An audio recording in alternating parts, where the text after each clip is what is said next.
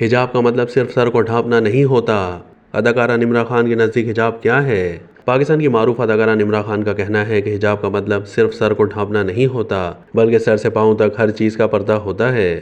پھر آپ کو اس بات کا بھی خیال رکھنا ہوتا ہے کہ آپ کی کوئی بھی چیز کسی غیر محرم کو متوجہ نہ کرے۔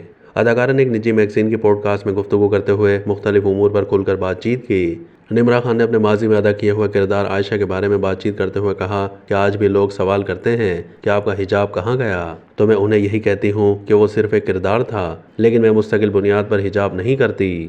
اداکارہ نے کہا کہ میرے نزدیک حجاب صرف اللہ تعالیٰ اور اس کے بندے کا معاملہ ہے، وہ ہمیں بھی توفیق دے کہ ہم بھی حجاب کریں، لیکن میرے لیے حجاب کا مطلب مکمل پردہ ہے۔ انہوں نے کہا کہ حجاب کا مطلب صرف سر کو ڈھانپنا نہیں ہوتا، بلکہ مکمل پردہ ہوتا ہے، تاکہ آپ کی کوئی بھی چیز کسی غیر محرم کو متوجہ نہ کرے۔